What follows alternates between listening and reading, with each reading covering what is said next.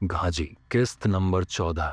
दुकानदार ने अब्दुल करीम के मुतल्लिका ये बताया कि उसके वालिदैन के फौत होने के बाद लोग अब्दुल करीम के यतीम हो जाने पर सहारा देने के बजाय उसके घर का बचा खुचा सामान भी उठाकर ले गए थे और अब्दुल करीम बिल्कुल बेआसरा और बेसहारा हो गया था। अब्दुल करीम के वालिद से दोस्ती होने की वजह से उसने अब्दुल करीम को न सिर्फ सहारा दिया बल्कि पढ़ाया भी। स्कूल से वापसी के बाद अब्दुल करीम उसके साथ दुकान में हाथ बटाता था। मैट्रिक के बाद अब्दुल करीम मजीद तालीम हासिल करना चाहता था, लेकिन वो दुकानदार मजीद खर्चात बर्दाश्त करने का मुतहम्मिल नहीं था, लिहाजा साल भर दुकान पर ही काम करता रहा। ज्यों ही उसे मौका मिला फौज में भर्ती हो गया। दुकानदार ने अब्दुल करीम के मुतल्लिका जानने की वजह पूछी तो मेरे साथियों ने कहा कि अब्दुल करीम की उनके खानदान से शादी की बातचीत चल रही है और इसी सिलसिले में वो यहाँ आए हैं।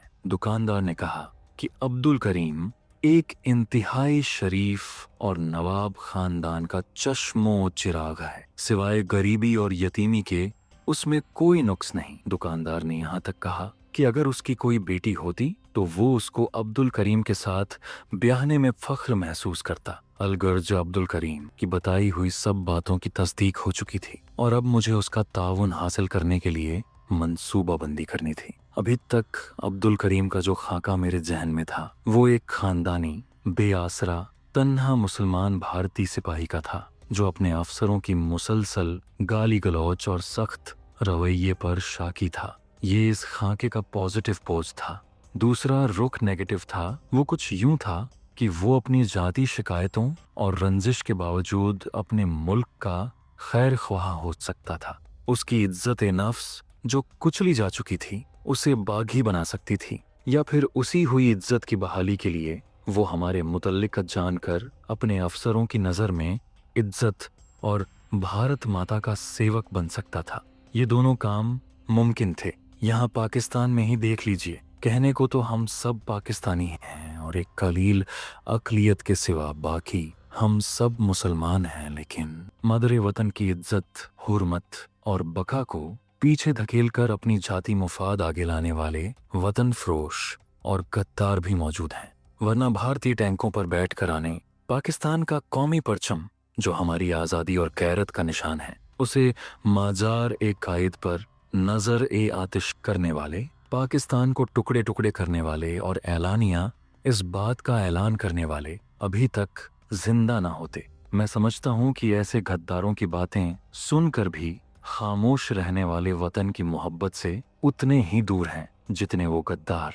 समझ में नहीं आता माँ बहन की गाली सुनकर तैश में आने वालों और मरने मारने वालों की गैरत उस वक्त क्यों सो जाती है जब कोई मादरे वतन को गाली देता है। शायद ये वो लोग हैं जिनको आज़ादी की कोई कदर व कीमत नहीं और वो अपने मुल्क में दरपेश मसाइल का हल गुलामी में समझते हैं। ये लिसानी पार्टियां, ये लिसानी तंजीमें, चाहे इक्तदार में हों या हिज्बे इख्तिलाफ में, सिर्फ और सिर्फ अपने जाति मुफाद में लगी हुई हैं। कोई भी सियासी पार्टी हो या उनका मंशूर सिर्फ मुल्क को लूटने के लिए होता है। पाकिस्तान की जुगराफियाई और नजरियाती सरहदों की मुहाफिज पाक आर्मी को सिर्फ बेगार्ड का दर्जा देते हैं। उन्होंने कभी ये नहीं सोचा कि अपने से 8 गुना बड़े दुश्मन के सामने न सिर्फ खड़े हैं बल्कि एक सीसा पलाई दीवार की मानिंद हैं। दुश्मन का अखंड भारत का ख्वाब चकनाचूर हो चुका है और उसे खुद अपनी बका के लाले पड़े हुए हैं। पाकिस्तान में दहशतगर्दी और खुद कुछ धमाके करने वाले अगर पाकिस्तानी हैं तो वो यकीनन दुश्मन के एजेंट हैं। इबरतनाक मौत उनका मुकद्दर बन चुकी है और इंशाअल्लाह बहुत जल्द हम इन तागूती चूहों से निजात हासिल कर लेंगे। इस उलझी हुई सूरत हाल में मैंने अपने साथियों से मशवरा करना बेहतर समझा और उनके साथ मीटिंग में ये नुक्ता जानने की कोशिश की। 2 साथियों का ख्याल था कि रात को अब्दुल करीम को उठा लिया जाए और उसे समझाया जाए या डराया जाए या मजबूर किया जाए कि वो हमारा साथ थे, वरना उसे वहीं खत्म कर दिया जाए। एक साथी ने कहा कि रात को कर्नल शंकर के रूम में घुसकर उसे हलाक कर दिया जाए और उसके कमरे से ब्रीफ केस और अहम कागजात ला लिए जाएं। ये दोनों तजावीज थोड़ी सी बहस के बाद रद्द कर दी गईं। पहली इसलिए कि अब्दुल करीम अपनी जाती हैसियत में कोई अहमियत नहीं रखता था उठाए जाने के बाद वो अपनी जान बचाने के लिए साथ देने का वादा भी कर सकता था और बाद में अपने नंबर बनाने के लिए मुकर भी सकता था। कर्नल को अगर हलाक कर दिया जाता तो इस बात की क्या जमानत होती कि उसके कमरे से मिलने वाले कागजात किसी अहमियत के हामिल भी होते या नहीं। इन दो सूरतों में भारतीय सिक्योरिटी फोर्सेस चौकन्नी हो जाती और सबसे पहले मैं पकड़ा जाता, क्योंकि कर्नल से मिलने वालों में मेरा नाम सरे फहरिस्त था। बिलाखिर फैसला हुआ कि इन दोनों पर्सन्स को स्टैंड 2 में रखकर बाकी एक्टिविटीज पर अमल किया जाए और हेडक्वार्टर में दाखिले के लिए मजीद राब्ते तलाश किए जाएं। अब हमने फिलहाल यशवंत सुपरिंटेंडेंट और 2 ईसाई स्वीपर्स पर तवज्जो मरकूज कर दी। अगले रोज हम हेडक्वार्टर से छुट्टी के टाइम करीबी बस स्टॉप पर पहुंच गए। हम यशवंत के साथ एक ही बस में सवार हो गए और मैंने उसका घर भी देख लिया। मैंने अपने 2 साथियों को सफाई वालों के पीछे लगा दिया था कि उनसे वाकिफियत पैदा करें और इस तरह दफ्तर के बाद उनकी सरगर्मियों का पता करें और जरूरत पड़ने पर उनके साथ शामिल भी हो जाएं। दूसरे साथियों की ड्यूटी लगाई कि दफ्तर में यशवंत की निगरानी करें और जिस दिन वो गाना सुनने जाए एक उसका पीछा करता रहे ताकि उस बाला खाने की निशानदेही हो सके जहां यशवंत मौजूद हो। और दूसरा साथी मुझे इन्फॉर्म करने के लिए चावड़ी बाजार के शुरू में एक रेस्टोरेंट में आए जहां मैं शाम 7 बजे मौजूद होऊंगा। ये महीने की शुरू की तारीखें थीं और मुझे ज्यादा इंतजार नहीं करना पड़ा। खालिबन तीसरी या चौथी शाम थी जब मेरे साथी ने रेस्टोरेंट में आकर मुझे इशारा किया और थोड़ी देर तक हम उस बाला खाने के नीचे खड़े थे जिस बाला खाने में यशवंत गया था। मैंने एक साथी को रुखसत किया क्योंकि उस शाम मेरा प्रोग्राम सिर्फ यशवंत से मिलना और ताल्लुकात बढ़ाना था। मैं बाला खाने की सीढ़ियां चढ़कर उस सजे सजाए कमरे में पहुंच गया जहां नाच गाना होना था। निशस्त फर्शी थी, चारों तरफ गांव तकिए सलीखे से रखे हुए थे। अभी महफिल शुरू नहीं हुई थी। नायिका ने मुझे खुश आमदीद कहा। मैं यशवंत की साथ वाली निशस्त पर बैठ गया। चंद मिनटों बाद मुझे नुकरी तश्तरी में पान पेश किया गया। मैंने पान उठाकर 20 रुपए तश्तरी में रख दिए। थोड़ी देर बाद साजिंदे आ गए और अपने साजों को दुरुस्त करने लगे। अभी गाने की तैयारियां हो रही थीं कि यशवंत और 2-3 दूसरे लोगों के सामने गिलास और सोडे की बोतलें आ गईं। यशवंत ने जेब से शराब का आधा निकाला। दूसरे लोगों के लिए नायिका ने पिछले कमरे से शराब की बोतलें मंगवा लीं। बड़े अदब से नायिका ने मुझसे पूछा कि मैं क्या शौक करूंगा। हमारे पास आपकी खिदमत के लिए स्कॉच व्हिस्की और आला किस्म की शराब मौजूद है, आप हुक्म करें। मैंने उससे कहा कि आज मैं पीने के मूड में नहीं हूँ, इसलिए सिर्फ ठंडा मशरूब पीऊंगा। और थोड़ी देर में मेरे सामने कोका कोला की 2 यखबस्ता बोतलें रख दी गईं। नायिका ने कहा कि आपने फरमाया था कि आज मूड नहीं, जिसका मतलब है कि आप पीते जरूर हैं, इसलिए मुझे उम्मीद है कि आपका मूड बन जाएगा। इसलिए जब भी मूड बने बिला झिझक तलब फरमा लीजिएगा। महफिल का आगाज नीम क्लासिकी गानों से हुआ। यशवंत इस दौरान अपने आधे का आधा हिस्सा पी चुका था। मैं यशवंत पर कड़ी नजर रखे हुए था कि उसकी नजर करम किस तवाइफ पर है। नीम क्लासिकी म्यूजिक का दौर खत्म हुआ। इस दौरान 3 नौजवान तवाइफें अपने पैरों में घुंघरू बांधने लगीं। यशवंत ने बोतल में बची हुई सारी शराब गिलास में उंडेली और थोड़ा सा पानी मिलाया और घटाघट पी गया। इन तीनों तवाइफों ने तमाम तमाशबीनों के दरमियान आकर अदब फर्शी सलाम किए। अभी वो तबले और साजिंदों के साथ कदम मिला रही थीं कि यशवंत ने अपनी दूसरी जेब से एक और आधा निकाला। वो भारत की बनी हुई शराब रम की एक किस्म थी। चूंकि बोतलें गोल और आधी चपटी बनी होती हैं, इसलिए आसानी से जेब में आ जाती हैं। यशवंत ने दूसरी बोतल से कुछ शराब गिलास में उंडेली, पानी मिलाया और चढ़ा गया। अब वो पूरी तरह से नशे में चूर था। जब गाना शुरू हुआ तो व्हील 1 रुपए की थी। नाचने वाली 3 लड़कियों ने रक्स शुरू कर दिया। इन तीनों के कदम और रक्स के जाविये एक दूसरे से इतने मिले हुए थे कि वो एक ही जिस्म के 3 हिस्से दिखाई देती थीं। उनके रक्स ने महफिल को गरमा दिया। व्हील अब 1 रुपए से 5 रुपए तक पहुंच चुकी थी। मुझे चूंकि वहां यशवंत को अपनी तरफ मुतवज्जा करना और तवाइफों पर अपनी अमारत का रौब भी डालना था, लिहाजा मैंने 10 रुपये की व्हील शुरू कर दी। बाला खाने का रिवाज होता है कि जो ज्यादा व्हील पेश करे उसी के सामने नाचना और नाचते हुए बैठकर व्हील लेना होता है। 10 रुपये की व्हील पर दूसरे तमाशाई कुछ चौंक से गए और मैंने रुपये रुपये से के 10 नोटों के 10 पैकेट बनाकर व्हील देनी शुरू कर दी। लेकिन व्हील देने में वक्फा बढ़ा दिया। यही वक्त था जब मुझे first impression is the last impression के मिसदाक अपनी अमारत का रौब जमाना था। मैंने व्हील 20 रुपये की कर दी। बाला खाने का उसूल है, 2 या 2 से ज्यादा अफराद अगर व्हील पेश करें तो उनमें जो ज्यादा पैसों की व्हील दे तवाइफ पहले उसके पास आती है। मैं अपने हमराह खासी रकम लेकर गया था। 20 रुपये की एक गड्डी के अलावा 100 रुपये के 60 नोट मेरे पास थे। एक साथ यशवंत ने और मैंने यशवंत की मखसूस तवाइफ को व्हील देने के लिए इशारा दिया। मेरे पास 20 का नोट था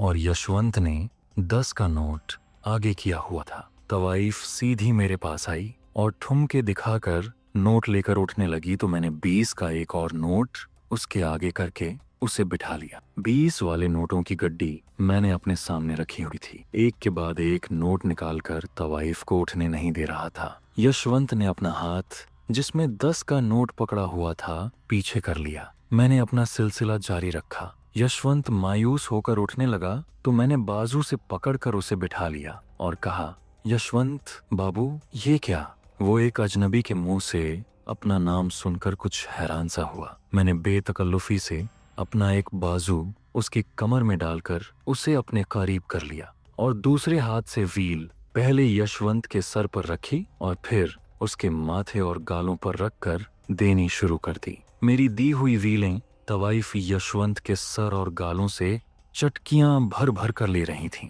शराब के नशे में मदहोश यशवंत ने 1-2 बार रस्मी तौर पर मुझे रोकने की कोशिश की, मगर फिर महबूबा के ठुमके और कुर्बत ने उसे बेबस कर दिया। इस दौरान दूसरी 2 तवाइफें मुसलसल नाच रही थीं और बेदिली से दूसरे तमाशबीनों की दी हुई व्हीलें ले रही थीं। कुछ तमाशबीन मुकाबले की सख्त न रखते हुए उठकर जा चुके थे। साजिंदों ने भी इस दौरान नई धुन शुरू की, लेकिन मैंने यशवंत की महबूबा को उसके सामने से उठने न दिया। अगर मेरी व्हील का वक्फा 45 सेकंड भी लगाया जाए तो मैंने यशवंत की महबूबा को 1 घंटे से ज्यादा उसके सामने बिठाए रखा। दूसरी 2 तवाइफें नाच नाच कर बेहाल हो चुकी थीं। मेरी गड्डी में सिर्फ 4-5 नोट बाकी रह गए थे तो मैंने 100 रुपये के 20 नोट नायिका को मुखातिब करके उसकी तरफ फेंक दिए। इससे पहले कि मेरे 4-5 नोट खत्म होते 20 रुपये वाली गड्डियां मेरे सामने रखी जा चुकी थीं। नायिका ने अब मुझसे इकट्ठी रकम ऐंठने के लिए रक्स बंद करवा दिया और एक तरह का वक्फा हो गया। नायिका ने सबसे खाने का पूछा। मैंने सीख, कबाब और पराठे मंगवाए। यशवंत ने भी कबाब और पराठे मंगवाए। मैंने 1000 नायिका की तरफ उछालते हुए कहा कि मैं और यशवंत और उसकी महबूबा खाना इकट्ठे पिछले कमरे में खाएंगे। नायिका ने हामी भर ली। हम तीनों ने पिछले कमरे में खाना खाया। खाने के बाद अब महफिल का दूसरा हिस्सा शुरू होना था। यशवंत इतनी ज्यादा पी चुका था कि लड़खड़ा कर कभी इधर गिरता और कभी उधर।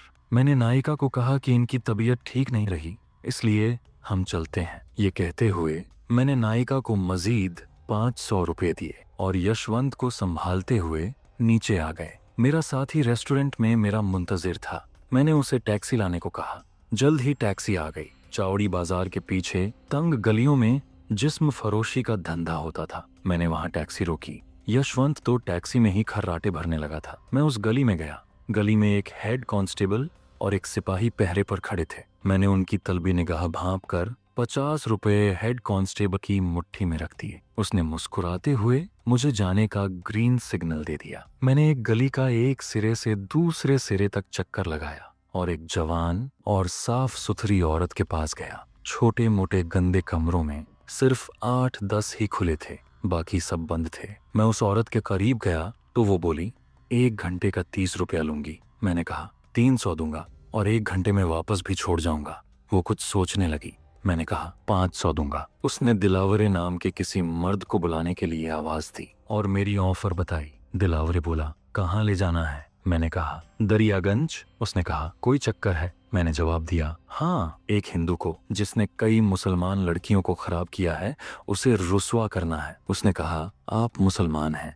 मैंने कहा हाँ। उसने कहा सबूत? मैंने कहा कमरे में आओ, सबूत दिखाता हूँ। सबूत देखने के बाद वो मुतमईन हो गया। उसने कहा कि आपने इधर उधर की बात करने के बजाय सच्ची बात की है। आप मुझे भले आदमी लगे हो, मैं जरी को आपके साथ भेज देता हूँ। 1 घंटे की बजाय आप उसे बेशक सुबह तक अपने पास रखें, मगर सुबह तक वापस छोड़ जाएं। और एक बात, 1 से ज्यादा आदमी उसके पास न जाएं। मैंने उसे कहा कि 1 आदमी भी नहीं जाएगा, हमें बस उस हिंदू को रुसवा करना है और बस। उसने जरीन को मेरे साथ जाने का कहा और खुद कमरे के अंदर चला गया। जरीन 5 मिनट में मेकअप दुरुस्त करके बाहर आ गई और मैं उसे लेकर गली से बाहर आ गया। ड्राइवर के साथ अगली सीट पर मैं बैठ गया। पिछली सीट पर यशवंत, साथ सरी और साथ मेरा साथी बैठ गए। मैंने उसे दरियागंज जाने को कहा। दरियागंज जाने के रास्ते में कोई आबादी नहीं थी, सिर्फ दरख्त और झाड़ियां थीं। मैंने ड्राइवर से कहा कि वो इधर रुक जाए। अपने साथी को मैंने सोए हुए यशवंत को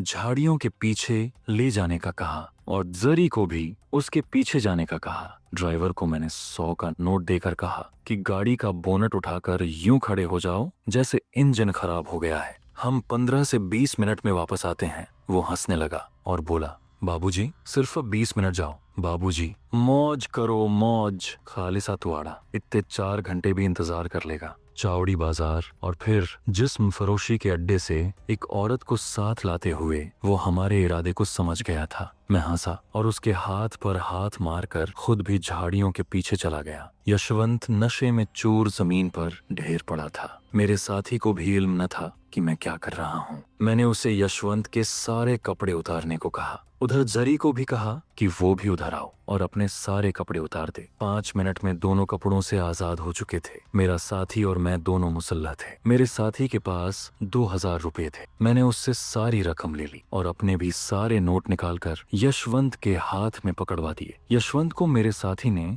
जमीन पर बैठे बैठे खड़ा करके सहारा दिया। मैंने जरी से कहा कि वो यशवंत के बिल्कुल साथ खड़ी होकर यशवंत के सीने पर अपना सर रख दे। अब पोज कुछ यूं था कि दोनों बिल्कुल नंगे झाड़ियों के पीछे खड़े थे। जरी उसके साथ लिपटी हुई थी और यशवंत ने अपना हाथ उसके पीछे से निकालकर उसके जिस्म के सामने रखा हुआ था। मैंने साथी से कैमरा लेकर इस पोज में और कई दूसरे पोजीशंस में 12 तस्वीरें ले ली। इसके बाद नोट मैंने यशवंत के हाथ से लेकर अपने पास रख लिए। साथी ने यशवंत को कपड़े पहनाए, जरी ने अपने कपड़े पहने। इस काम से फारिग होकर जब हम टैक्सी के पास गए तो तकरीबन इस सारे काम में 30 मिनट लग चुके थे। जारी है। दोस्तों, अगर आपको हमारी ये वीडियो पसंद आई है तो लाइक जरूर कीजिएगा, अपने दोस्तों के साथ शेयर करें और चैनल RS विद तलहा को सब्सक्राइब करना मत भूलिएगा। साथ ही बेल आइकॉन दबाइए ताकि नई वीडियोस का नोटिफिकेशन सबसे पहले आपको मिले। अल्लाह हाफिज।